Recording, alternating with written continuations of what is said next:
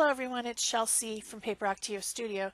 Today I'm sharing with you my take on the Mission Inspiration Challenge. This is from Mike Deacon Art's Facebook, group over there, and I have it printed out and I'm gonna give it a go in my watercolor spiral bound journal. So there's an option of colors, there's an options of different words that might inspire you, and then there's 8 steps.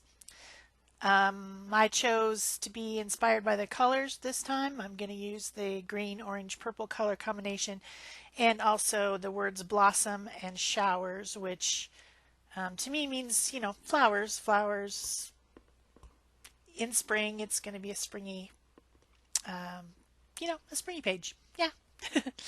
So the first step was to cover your page with stamped images, and I picked a stamp set from Stampin' Up! That's probably retired because I think all of mine are, and some Versamark ink. I'm having a little bit of trouble seeing the ink and lining up things because this is watercolor paper. It's very absorbent, and rather than that clear ink sitting on the surface like it normally does on like a smooth Bristol or something like that, it's soaking in. So my lining up of the stamped images wasn't that great, but it doesn't matter. It's just the first layer anyway.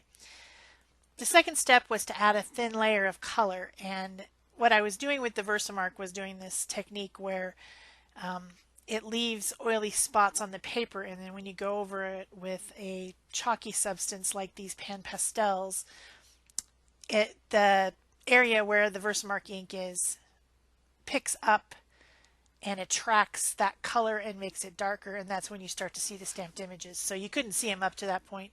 Even I couldn't see them very well because of the absorbent paper. So I'm going with the orange, purple, green color combination, as you can see, just using a soft tool from the pan pastels and different colors. I noticed once I'd done it that I left a few blank spaces because I couldn't see. And so I added in a few more flowers in these areas and then went back over them with the pan pastel, which works fine.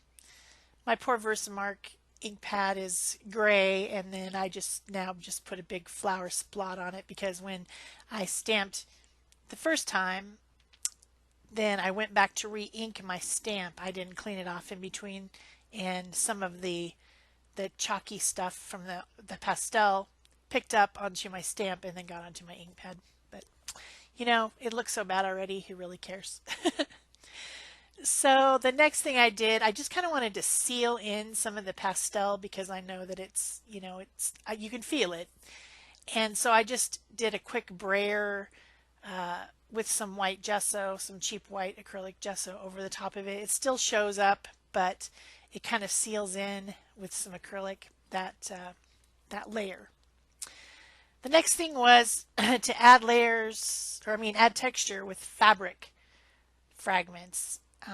Didn't really have any fabric fragments, but these baby wipes, which have color on them from cleaning up from other projects, feel like fabric to me. I know they're made out of paper, but they've got that same type of feeling, so I decided to use them for this step. So I'm just tearing kind of circle-ish, ovalish shapes, trying not to have any straight hard edges, and I've got one that's kind of got oranges and pinks, and then one that's got the purples and pinks. Still trying to stick with that 3-color option on the challenge. Of course, on these challenges, you can choose to just use the steps. You can use the words, or you can use the colors. It's just whatever inspires you to make an art journal page, which is what the whole point is to get you moving and going and getting something done. And I obviously need the motivation right now since I'm having a lot of trouble doing anything at all. So I'm using Liquitex matte gel to stick these down, and an old nasty paintbrush, and just applying the glue to the page and then going over the top of each little fabric-y piece with more glue to get it really good and stuck. And trying to make the pattern random. I don't want polka dots, dot, dot, dot, dot, dot. I want it to be random looking, so went with that. The next step was to add layers of torn paper or card. And I thought, well, I've still got some of this jelly printed deli paper left, and it has the same type of colors that we're looking for here, the greens, oranges, and purples. So I decided to use it. This is from a project not that long ago, and I've already used it a couple times on different things since then, and I still haven't torn it up and put it into my color boxes, my little plastic boxes sorted by color. So it just happened to be perfect. It was just still laying there on the shelf untouched. So I'm just basically doing what I call paper painting, which is adding pieces and shapes in areas where I think there needs to be something, and I'm tearing them very rough, uneven edges. I don't want anything real straight. This piece is going to be very whimsical and kind of painterly a little bit. Just having fun. I'm not fussing about perfection. I'm not worrying about exactly where I put something, or you know what I mean? I'm trying to have fun and get inspired to do something in my studio right now. So this is complete. This is what I consider completely fun. It just doesn't get any more fun than this. So I'm still using the my favorite medium for doing collage, which is this Liquitex matte gel. It's not the fluid one, it's the gel one. There are differences, out there. It's a lot more like paste than it is like a liquid glue like Mod Podge or something. It's just really more like paste. But still soft enough that I could squish it around with my brush and push on it and make it smooth. It's just, of all the ones that I've tried, that's really been my favorite so far. So until I find a new one that I think is better, but I haven't yet. So maybe I'll stick with this one forever. I don't know. All the materials that I'm using on the project will be listed in the description box below, and I'll have links to where you can find them. Mostly Amazon, unless there's other place that I get it. I'm an Amazon girl, and I'm also an associate with Amazon, so it really helps me out if you're going to get something from Amazon to use my link, even if it's not something that's on my list. If you start out with something on my list and you end up buying something else on Amazon, but you've used my link to get there, I still can get a little, a few cents off of that. So I do all these videos for free, and this does take a lot of time and effort, and sometimes I have to push myself through it. So it's very useful when I can get the the little $20 a month from Amazon or whatever and say, oh, I got paid. I only spent 60 hours that week, but I still got paid. You know what I'm saying? I'm not begging, I'm just saying, if you're going to buy something from Amazon, even if it's a vacuum cleaner or a car, if you use my link and then buy it, it helps me out. So now that I'm finished with the greens, I'm going in and adding some layers inside the flowers. These, you can probably tell by now, these are blossoms, they're flowers, they're springy, whimsical shapes that are meant to represent a field of, I don't know, colorful petunias, maybe? Maybe some of them are poppies. I don't know. I'm not good with my flowers. I'm not good at listing exactly what they are, but they're just the shapes that are, making you think about flowers. That's what it is. I love this kind of art. I love doing the layering and the surprising shapes and pattern and color you get doing this type of art is really, really what I love. I do other stuff, but if I just want to do something that is just something to make me happy, this is what I do. So I try to provide lots of variety, and I do try lots of different things, and I get ideas of things that I could use with other things by experimentation, but it always seems to come back to collage and paper painting for me. being my favorites, the favorite things I like to do. And of course, I'm a fickle person. I'm a creative, and so I might change my mind. And maybe next week I'll hate collage, but the collage bug has been with me for a while, so I'm not sure that that's going to happen. So I did add in some tissue paper that's printed with music, and also some text printing on from the back of a map page. It's like an indexing type thing, just to give a little bit more pattern, and add in a neutral color with my 3-color palette. Black and white being neutrals, of course. Even if you are given, okay, you got to stick with these 3 colors, you still can add in a neutral. So, and neutrals always help balance out your composition. They're helpful. So that's what I'm doing.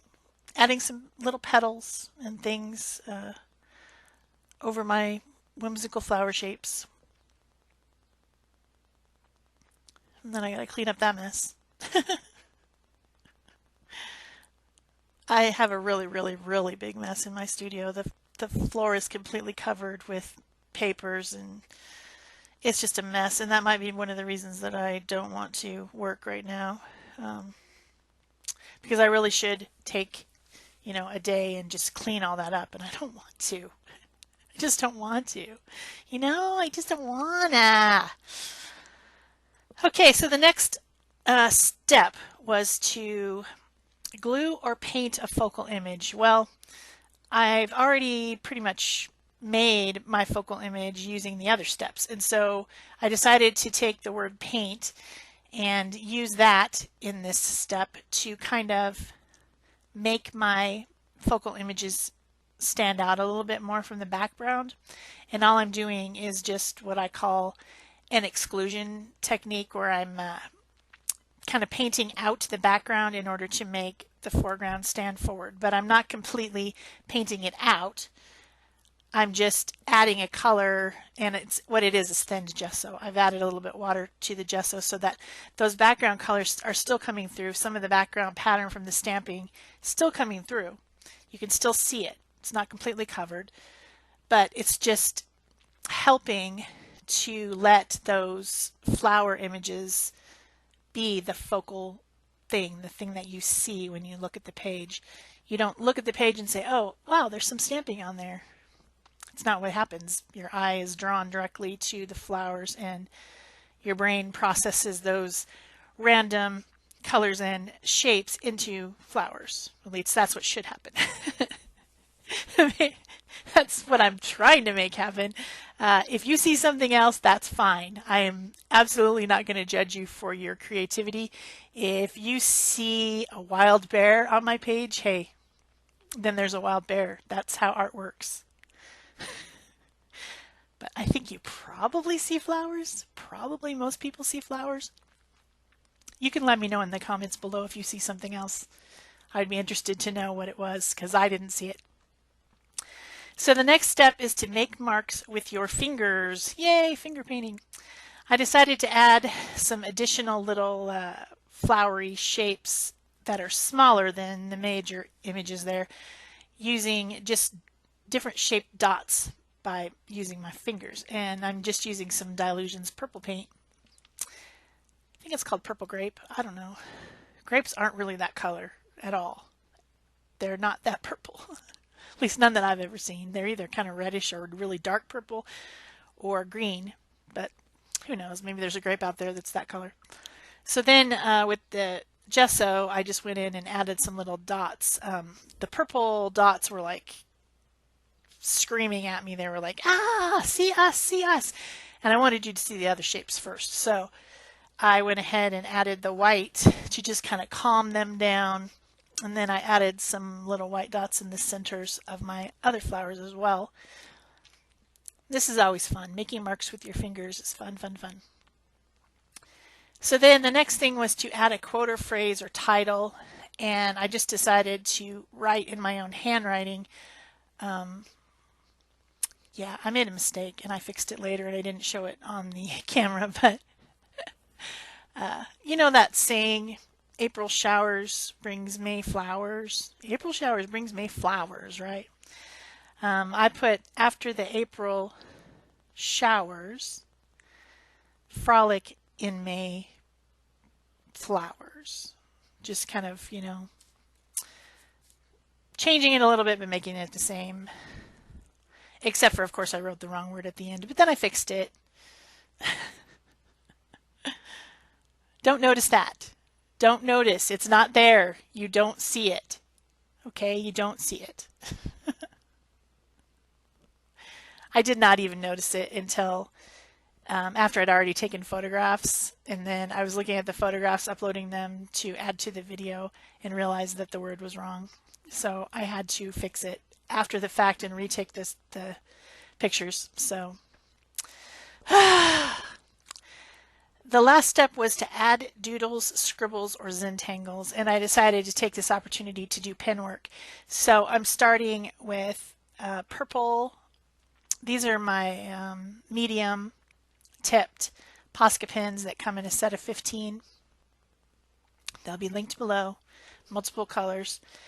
And I decided to use them rather than doing the whole black outlining because I really want this to seem unplanned, you know, spontaneous, and not like I made an illustration and then I colored it in, and that's kind of the feel you get from outlining everything in black. So it wasn't all about that today, so I decided to just use pens in the colors of the project.